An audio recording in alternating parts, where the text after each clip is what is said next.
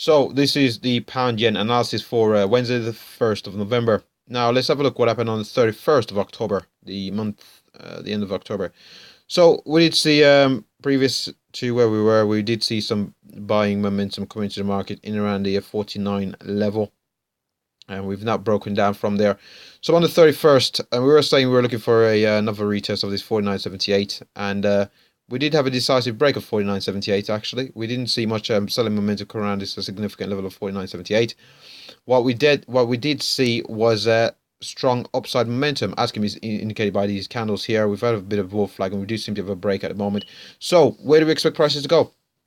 Well, we are expecting a interest rate hike in regards to the pound on a Thursday, I think, and we are expecting prices to go to the upside. But it does seem that we have caught a bit of a bid just before our interest rate hike. So the levels I'll be looking at now, we're pretty close to the level at the moment. We're at 151.17, but the very next level is around this 151.25. We did see some selling momentum off that 51.25, this which is a weekly pivot, as is highlighted here in blue. Weekly pivots are highlighted in blue. Significant levels are highlighted in red. Now, so we did see some selling momentum coming around this blue horizontal line just here. And previously, most recently, we did see some selling momentum. So we have to see how price reacts to 51.25. If we do see some weakness in 51.25, we do have to understand that it may just be temporary in light of the interest rate decision. So we might see prices retrace all the way back down to 56 before going on to retest this 51.25 and possibly breaking above that to the upside. Overall, our bias is to the upside for the pound against the yen. So we have to have a look at possible upside targets beyond 51.25. So beyond 51.25, if we do break above 51.25 very decisively, at the moment we are in a bit of a, we're trading not during the most liquid market hours, so we'll have to see what happens in London and New York. But if we do break above 51.25, we might see a bit of consolidation before we make an extended run towards 52.85, which is the most recent swing high in prices. We'll have a look at that on the higher time frames. But if we do break decisively above 51.25, we're looking for price to head towards 52.85, which is a very significant level, before we possibly could see some selling momentum come into the market, possibly sending price all the way back down to retest this 51.25.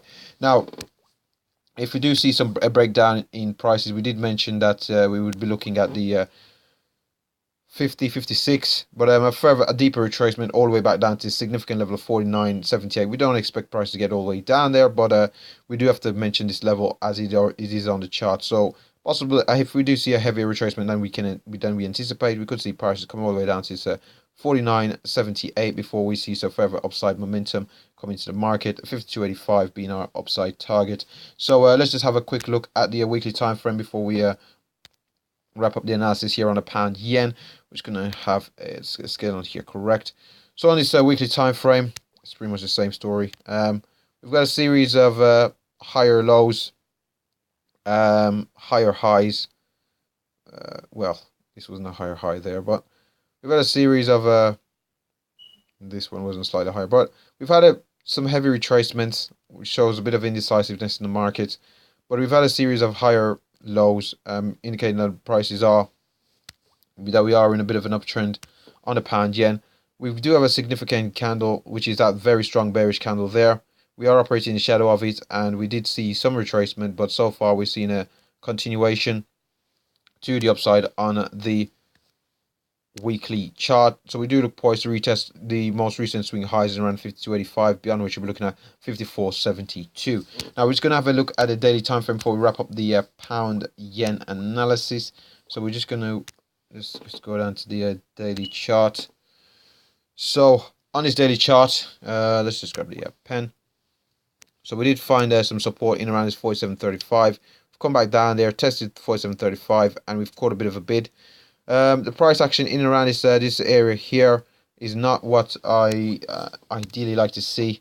There's a degree of indecisiveness in and around this region here, but we have seen we did catch a bit of a bid off the test of a 20-period moving average just there.